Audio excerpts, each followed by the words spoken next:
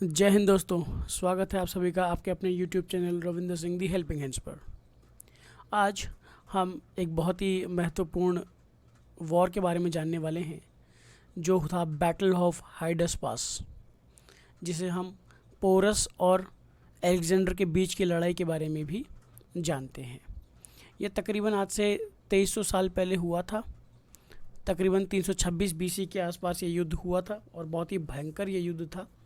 इसमें जो हिंदू राजा पोरस थे उन्होंने अलेक्जेंडर को काफ़ी ज़्यादा डरा दिया था और अलेक्जेंडर की सेना बहुत ज़्यादा भयभीत हो चुकी थी इनसे। तो इसको हम इतिहास में मैसिडोनियन इन्वेजन के नाम से पढ़ते हैं, क्योंकि मैसिडोनिया का राजा था अलेक्जेंडर। ये अलेक्जेंडर है, ये राजा पोरस हैं। चलिए सबसे पहले अलेक्जेंडर के बारे में जान लेते हैं। अलेक्जेंडर जिसे हम सिकंदर भी कहते हैं, इसका जन्म जो था वो आज से काफ़ी साल पहले माना जाता है। मतलब तकरीबन 4th सेंचुरी BC के आसपास। मतलब कहानी यहाँ से शुरू होती है कि 4th सेंचुरी BC जो है वो यहाँ पर जो ग्रीक्स और जो ईरानियन थे, जो ग्रीक के मकदूनिया के लोग थे और जो ईरान के लोग थे, वो वर्ल्ड में अपनी अपनी सुप्रीमेसी के लिए लड़ रहे थे।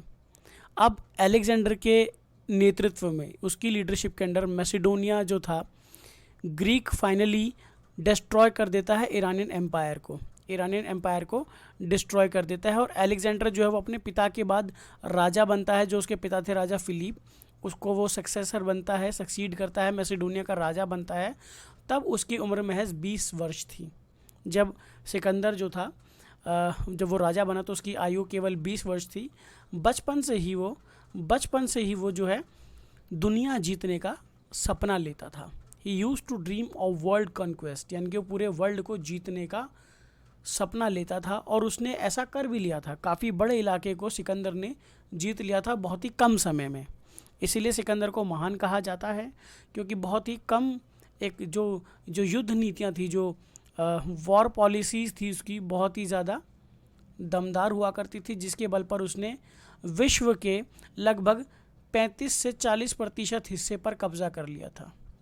35 से 40% हिस्से पर कब्ज़ा कर लिया था पूरे वर्ल्ड के, और बहुत ही बेधड़क लड़ाका था। अब राजा पोरस के बारे में बात करते हैं दोस्तों।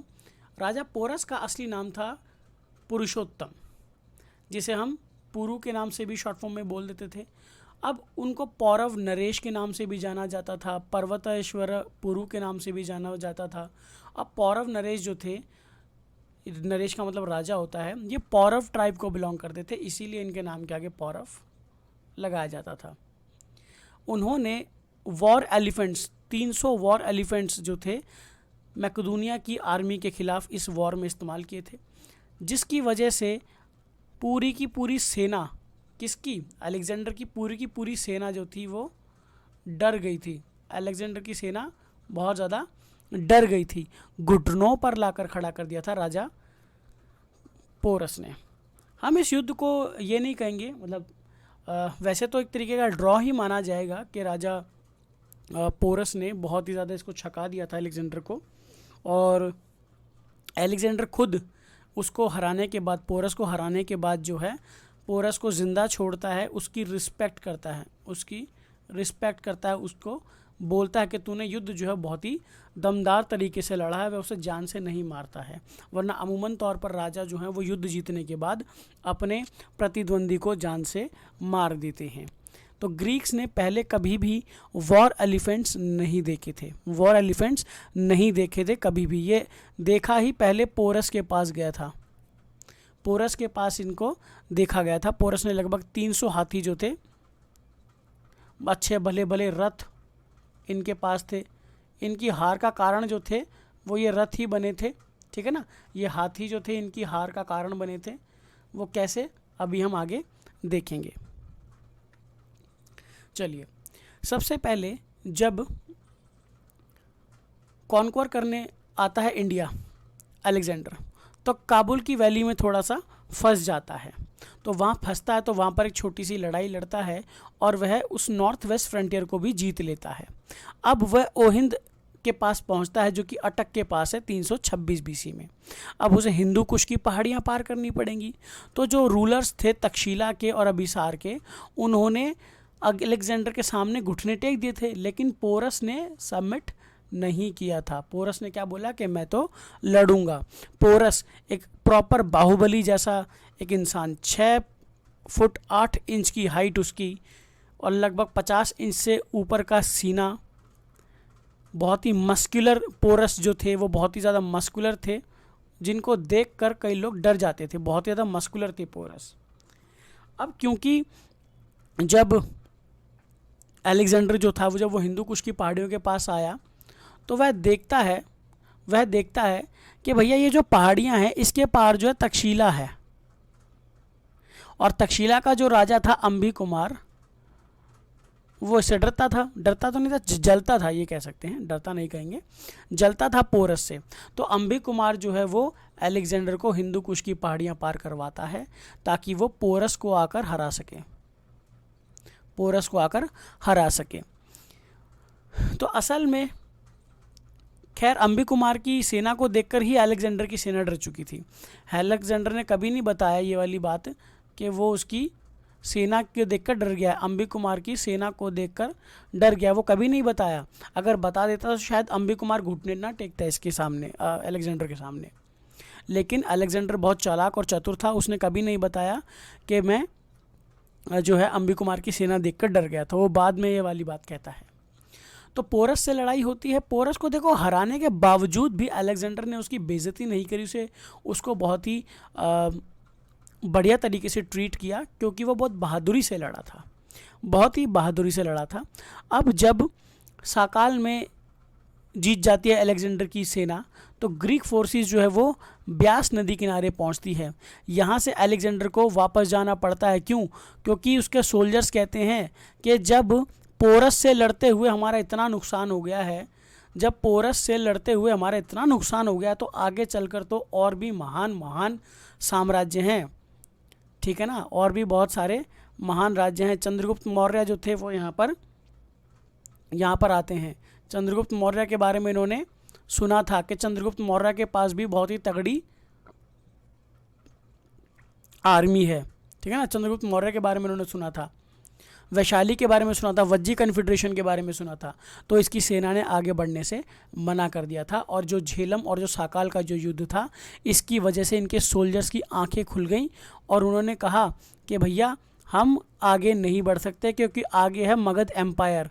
ब्यास नदी क्रॉस करेंगे आ जाएगा मगध एम्पायर, और मगध एम्पायर बहुत ही ज़्यादा 16 महाजनपदों में सबसे ज़्यादा स्ट्रॉन्गेस्ट बनकर उभरा था। इस वजह से अलेक्जेंडर की सेना जो थी वो आगे नहीं बढ़ पाती है। अब जब उसने एडमिनिस्ट्रेटिव अरेंजमेंट्स बना लिए, जब उसने अपनी प्रशासनिक व्यवस्थाएं कर ली, जीतने के बाद किस चीज़ पर, कहाँ पर किसको मंत्री बनाना है, किसको क्या राज्य देना है, अलेक्जेंडर जो था वो वापस चला जाता है सितंबर 325 बीसी में। और जब वो बेबीलोन पहुँचता है, आज का जो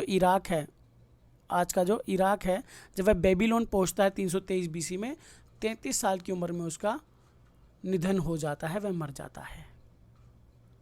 तो ये थी कहानी सिकंदर महान की। अब ये लड़ाई, ये मैप, ये आधिकारिक मैप है उस ज़माने का, और यहाँ पर हम देखेंगे, देखो ये नदी झेलम है, हाइडस पास रिवर है, और हाइडस पास रिवर को ग्रीक में झेलम, मतलब जो झेलम रिवर है इसको ग्रीक में हाइडस पास बोलते हैं। अब यहाँ पर खड़ी है अलेक्जेंडर की सेना, यहाँ पर खड़ी है राजा पोरस की सेना, और बीच में नदी है। और क्रेटेरस जो था वो सेनापति था किसका? अलेक्जेंडर का।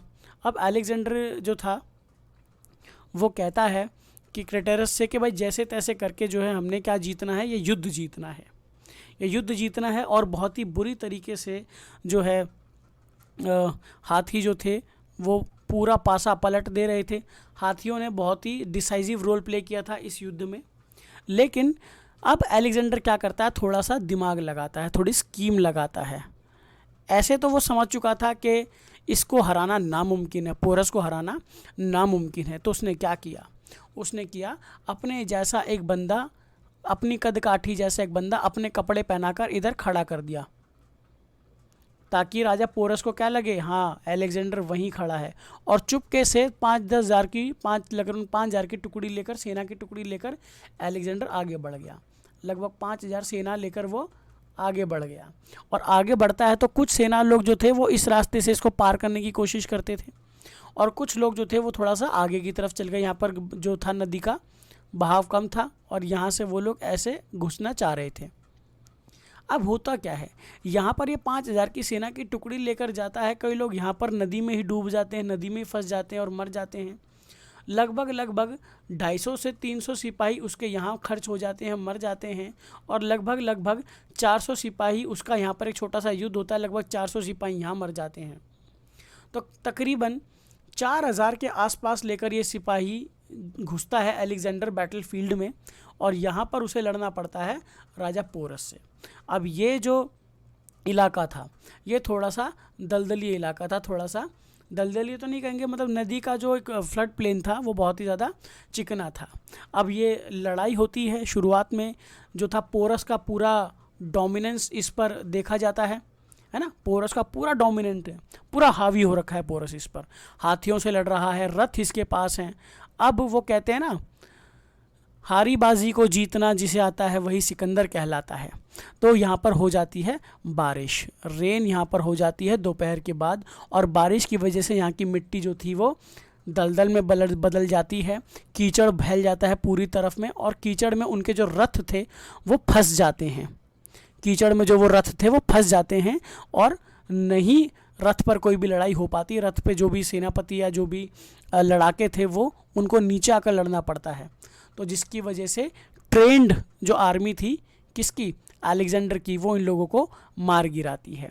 अब हाथियों से बहुत ज़्यादा परेशान हो चुका था, हाथियों से बहुत ज़्यादा परेशान हो चुका था जो था अलेक्जेंडर। तो वो क्या करता है, हाथियों की आँख में जो है वो वार करता है, हाथियों की आँख में वो वार करता है, जिसकी वजह से हाथी जो थे वो बौरा जाते हैं, पागल हो जाते हैं। और पागल हाथी बड़ी से बड़ी सत्ता को उखाड़ फेंक सकता है। तो ये तो सिर्फ युद्ध का मैदान था। तो हाथी जो था वो बौरा गया और अपने ही लोगों को उसने कुचल डाला। तो हम ये कह सकते हैं कि रथ और हाथी ये जो पोरस की सेना में एक बहुत ही ज़्यादा इम्पॉर्टेंट रोल प्ले कर रहे थे, यही कारण बने पोरस की हार का। तो ये इनके हाथियों को, इनकी आंखें फोड़ डालता है, हाथी पागल होकर अपनी ही सेना को कुचल डालते हैं, और अंत में जो है अलेक्जेंडर वो यह युद्ध जीत जाता है। मतलब हार बिल्कुल, वो कहते हैं ना कभी कभी कुछ जीतने के लिए कुछ हारना पड़ता है, और हार कर जीतने के लिए जीतने वाले को माफ़ कीजिएगा बाजीगर कहते हैं। तो अलेक्जेंडर जो था वो एक बहुत बड़ा बाजीगर था, उसने परवाह नहीं की, उसकी ज़िद्द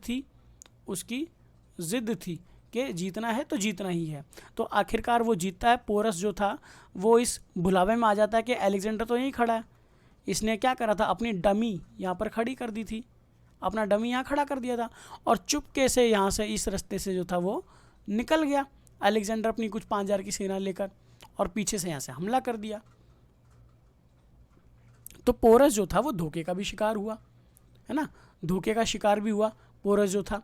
तो भैया अब पोरस को उसने हराने के बाद, अलेक्जेंडर ने पोरस को हराने के बाद जो है इंसल्ट नहीं करा उसको काफ़ी ज़्यादा। हाँ, एक और बात है दोस्तों, यहाँ पर अलेक्जेंडर के जितने भी बायोलॉजिकल बेटे थे वो सब इस युद्ध में मर चुके थे, ठीक है। और बाद में जब इतनी बहादुरी से उसे लड़ते हुए देखा तो अलेक्जेंडर ने उसे मारा नहीं, उसे ज़िंदा छोड़ दिया, उसकी जान बख्शी, मारा नहीं उसको। उसकी जान बख्शने के बाद उसका राज्य भी उसे लौटाया और कहा कि आप बहुत ही बहादुरी से लड़े महाराज, आपकी इज़्ज़त मेरे नज़रों में और ज़्यादा बढ़ गई है। अब कुछ ऐसी चीज़ें जो बहुत कम इस युद्ध के बारे में बताई जाती हैं। देखिए दोस्तों, अलेक्जेंडर के पास लगभग 40,000 की सेना थी, जिसमें से 5,000 घुड़सवार थे, घोड़े पर सवार होने वाले ये थी। इसकी सेना जो थी वो लगभग 45,000 के आसपास थी, ठीक है ना। आधिकारिक आंकड़े कुछ और कहते हैं, लगभग 45,000 आंकड़ा माना जाता है।